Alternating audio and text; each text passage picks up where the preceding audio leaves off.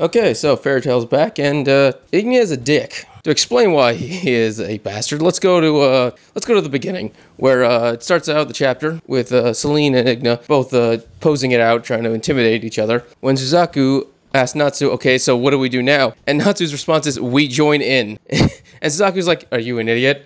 And Happy's like, "Yeah, well, that's just how Natsu is." So Selene is basically pissed off because she says that a fight between the two of them is going to lead to, even if one of them wins, the other won't walk away unscathed. And Ignia's like, "Please, I'm way stronger than you, I'll be fine." So they both fire off their dragon roars, and they collide in a giant-ass explosion. Natsu, Happy, and Suzaku are all thrown across the labyrinth, obviously, because of the impact, and Shockwave are too much for them.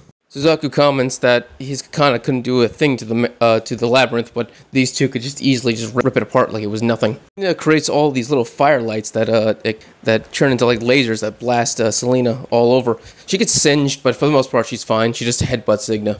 She uses one of her nine tails, just backhand Ignia into the ground. He smashes real hard. Natsu then starts getting flashbacks back to when his father fought against Acnologia and was killed. Selena's comments that those are the flames of the Fire Dragon King's son, and basically calls him pathetic. We get a named attack from Selena called Moonlight Palm, where it seems to be just basically it's an attack with her hand. It's a claw attack, but it seems to radiate moonlight. It causes Ignia to cough up blood, and Suzaku starts freaking out because he realizes just how much more powerful she was when she in her dragon form than she is in her human form.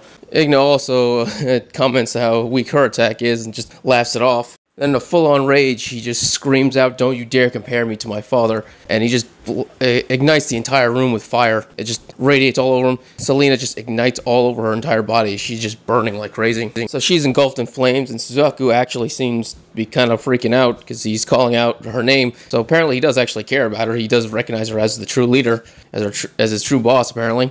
That was a quick change after she killed his last boss, but alright, that's Suzaku for you. Ignia starts laughing at Selene for being so easily caught on fire, and basically saying that this is what you get for siding with the humans. Selena teleports away through apparently some water to put out the flames the best she could, and then teleports back over Ignia and attacks him with the Moonlight Butterfly. This attack is pretty cool. It's basically just a space laser. That's basically what it is. It is a laser made of moonlight just rocketing down, crushing Ignia. He actually starts to lose consciousness a little bit because his eyes go white, and he starts making sounds like Selene basically comments that your greatest weakness is your arrogance because you think that no one can beat you, and she just headbutts him right in the stomach. And Ignia responds by saying, "That's because it's true." Before the two of them can collide again, Natsu screams at the top of his lungs to tell them to stop, and they both look towards him. Ignia realizes that what Natsu is thinking is that is about their father and the fact that he was killed by Acnologia. But Ignia responds by saying, "I am nothing like him. It won't end that way." And then while Selena is still looking at Natsu, he completely cheap shots her and blasts her through the fucking stomach and chest. And based on their facial reactions, Suzaku is now worried about Selena basically being dead, Happy is scared out of his mind, and Natsu's pissed. Now, there's a good chance that Selena could be saved by Wendy, if possible. I have no idea. My guess is she'll use up most of her dragon power to heal herself, in which case this will count as her being sealed away, and therefore they fulfilled defeating another one of the dragons in their quest to seal away all the dragon gods. Either way, I don't see there a reason being that Selena dying, because she doesn't seem to be a major threat to anyone at this point. But then again, so far we've seen 4 dragons. One had his power taken away, one was actually killed, and now Selena has a giant hole in her chest, and of course Ignia is probably just going to get away. So there is a possibility that Selena could just die this day, but I have my doubts. I don't see her dying.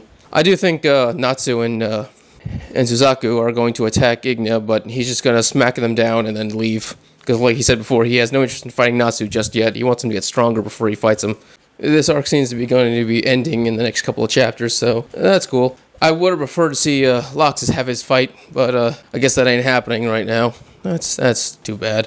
But it seems that a lot of stuff has been wrapping up lately, like the White Wizard cult has been wrapped up, and now Diablos is basically done. What's left would obviously be Ignia and the other dragon god, but I have no idea where he's at. Just dealing with the last 2 dragons doesn't seem about right. Unless they plan on creating more dragons that everyone has to fight. That would be pretty cool. But other than that, there has to be some kind of outside force besides the Dragon Kings. Otherwise, the story is going to be very linear. And that's not usually how things go. Alright, that's the video. If you enjoyed, please subscribe. Give us a thumbs up so you can enjoy more Fairy Tail and other anime things. Thank you and have a great day.